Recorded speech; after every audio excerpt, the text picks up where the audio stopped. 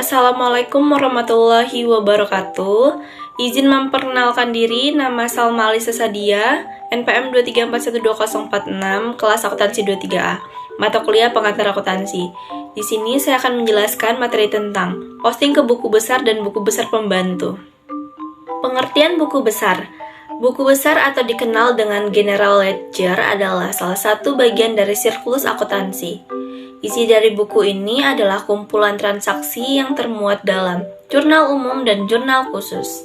Secara sederhana, buku ini menggolongkan dan mengkelompokkan akun perkiraan yang sama agar memudahkan akuntan dalam melakukan identifikasi akun-akun. Berikut ini adalah contoh format dari buku besar. Pengertian buku besar pembantu. Buku besar pembantu atau subsidiary ledger adalah perpanjangan dari buku besar umum yang mencatat lebih detail dan spesifik mengenai transaksi tertentu. Tentunya dalam buku besar jenis ini, transaksi telah dikelompokkan menjadi satu kategori transaksi yang sama.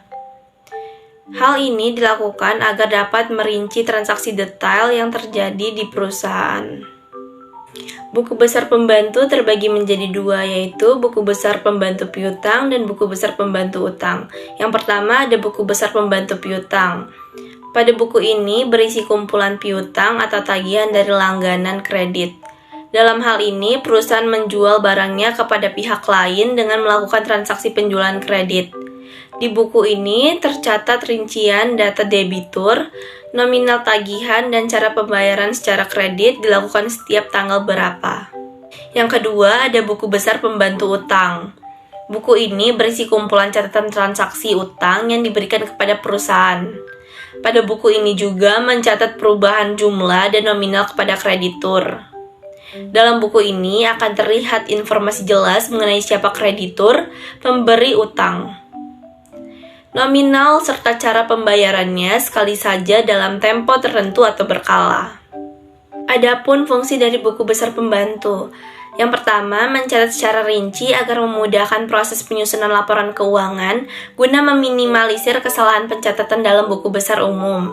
Yang kedua, sebagai pembanding dalam ketelitian pencatatan buku besar umum, sebab buku besar pembantu berisi rincian saldo pada buku besar umum.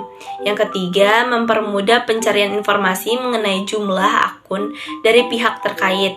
Yang keempat, bisa menjadi bahan pembagian tugas dalam pengerjaan laporan akuntansi keuangan perusahaan.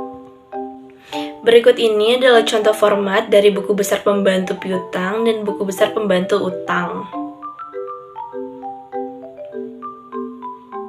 Sekian yang dapat saya sampaikan tentang materi posting ke buku besar dan buku besar pembantu. Saya akhiri, wassalamualaikum warahmatullahi wabarakatuh.